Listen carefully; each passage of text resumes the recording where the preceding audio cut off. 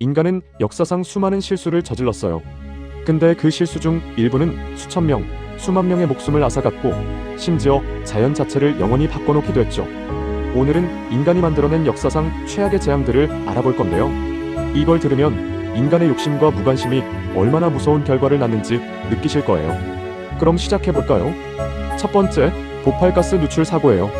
하룻밤 사이에 수천 명이 사망한 산업 역사상 최악의 사고죠. 1984년 12월 2일 밤 인도 중부 도시 보팔에서 있었던 일이에요. 미국 화학 대기업 유니온 카바이드의 농약 공장이 있던 곳이었거든요. 그날 밤 11시쯤 공장 탱크에서 이소시안산 메틸이라는 맹독성 화학물질이 새어나오기 시작했어요. 이 가스는 눈, 폐, 피부를 즉시 손상시키는 물질이었어요. 문제는 공장 주변에 수십만 명의 주민들이 살고 있었다는 거예요. 대부분 가난한 노동자 계층이었고 공장 바로 옆에 무허가 주거지가 빼곡하게 들어서 있었어요. 가스가 퍼지기 시작하자 주민들은 자다가 눈이 타들어가는 느낌에 깼어요. 숨을 쉴 수가 없었어요. 거리로 뛰쳐나왔지만 가스는 이미 도시 전체를 덮고 있었어요. 사람들이 길 위에서 쓰러졌어요. 가축들도 그 자리에서 죽었어요. 공장 측은 경보 시스템을 제때 작동시키지 않았고 안전장비도 제대로 갖춰져 있지 않았어요. 비용을 아끼기 위해 안전기준을 계속 낮춰왔던 거예요. 그날 밤 사망자는 공식 집계로만 3,787명이었어요. 근데 실제로는 1만 5천 명에서 2만 명이 사망했을 거라는 추정도 있어요. 부상자는 50만 명이 넘었고요. 더 충격적인 건 그 이후예요. 유니온 카바이드는 인도 정부와 합의금 4억 7천만 달러를 지불하는 것으로 사실상 책임을 마무리했어요. 피해자 한 명당 돌아간 돈은 고작 몇백 달러 수준이었어요. 공장 부지는 지금도 제대로 정화되지 않은 채 남아있고 주변 지역 주민들은 40년이 지난 지금도 오염된 지하수를 마시며 살고 있어요. 두 번째, 미나마타병이에요. 기업이 바다에 수은을 버렸더니 주민들이 집단 발병한 사건이에요. 1950년대 일본 구마모토현 미나마타시에서 벌어진 일이에요. 당시 일본 최대 화학기업 중 하나였던 칫소가 이 도시에 공장을 운영하고 있었어요. 공장에서 나오는 폐수를 미나마타만에 그냥 버렸는데 그 폐수 안에 메틸수은이 포함되어 있었어요. 메틸수은은 물고기와 조개에 축적되고 그걸 먹은 사람 몸속에 다시 쌓이는 물질이에요. 미나마타 주민들은 어업으로 살아가는 사람들이었어요. 매일 그 바다에서 잡은 물고기를 먹었죠. 1956년부터 이상한 일들이 벌어지기 시작했어요. 고양이들이 갑자기 춤을 추듯 비틀거리다가 바다에 뛰어들어 죽었어요. 주민들도 하나둘씩 손발이 마비되고 시력을 잃고 말을 못하게 되는 증상이 나타났어요. 심한 경우엔 경련을 일으키다가 사망했어요. 더 끔찍한 건 태아한테도 영향을 미쳤다는 거예요. 엄마가 수은에 오염된 생선을 먹으면 뱃속 아기한테도 수은이 전달됐어요. 선천성 장애를 가진 아이들이 태어나기 시작했어요. 칫소는 이 사실을 알고도 수년간 숨겼어요. 심지어 자체 조사에서 원인을 밝혀냈는데도 은폐했어요.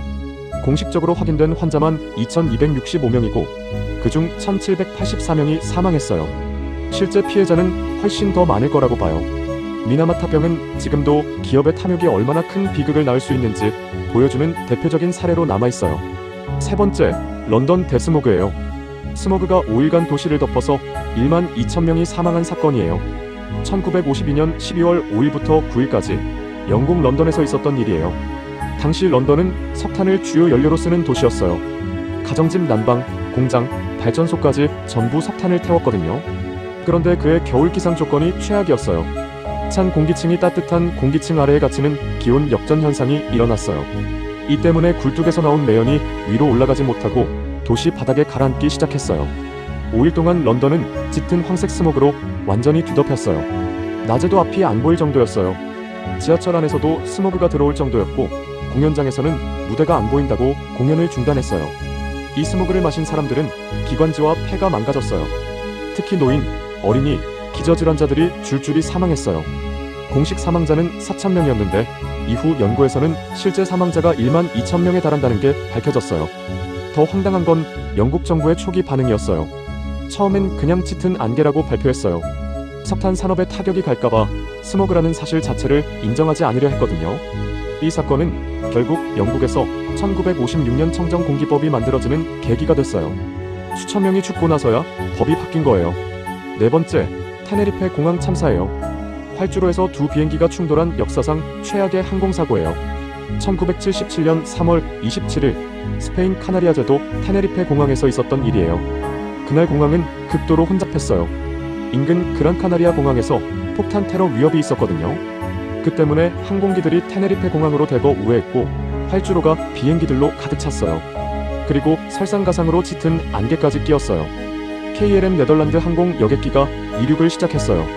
근데 바로 그 순간 반대편에서 팬아메리칸 항공 여객기가 활주로를 가로질러 이동하고 있었어요.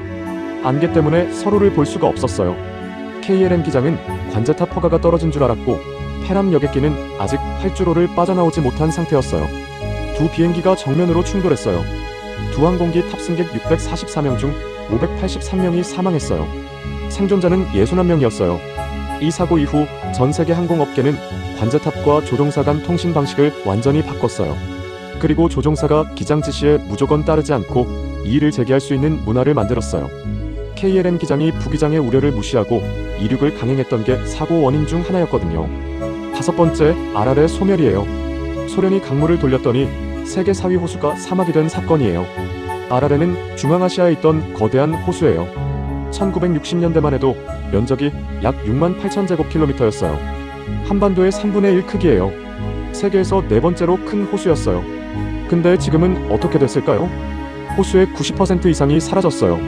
남아있는 건 작은 웅덩이 몇 개뿐이에요. 어떻게 이런 일이 벌어진 걸까요? 1960년대 소련은 중앙아시아 사막지대에서 목화를 대규모로 재배하기로 결정했어요. 목화는 물이 엄청나게 필요한 작물이에요. 소련은 아라레로 흘러들어오는 두 개의 강 아무다리아강과 시르다리아강의 물을 목화밭으로 돌려버렸어요. 강물이 줄어드니 아라레는 조금씩 말라갔어요. 처음엔 천천히였는데 시간이 지날수록 속도가 빨라졌어요.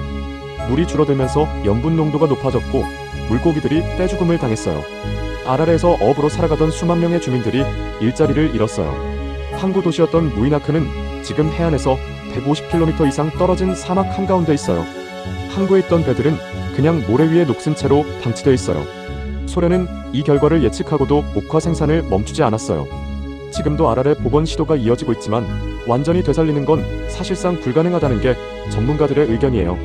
오늘 인간이 만들어낸 역사상 최악의 재앙들을 알아봤는데요.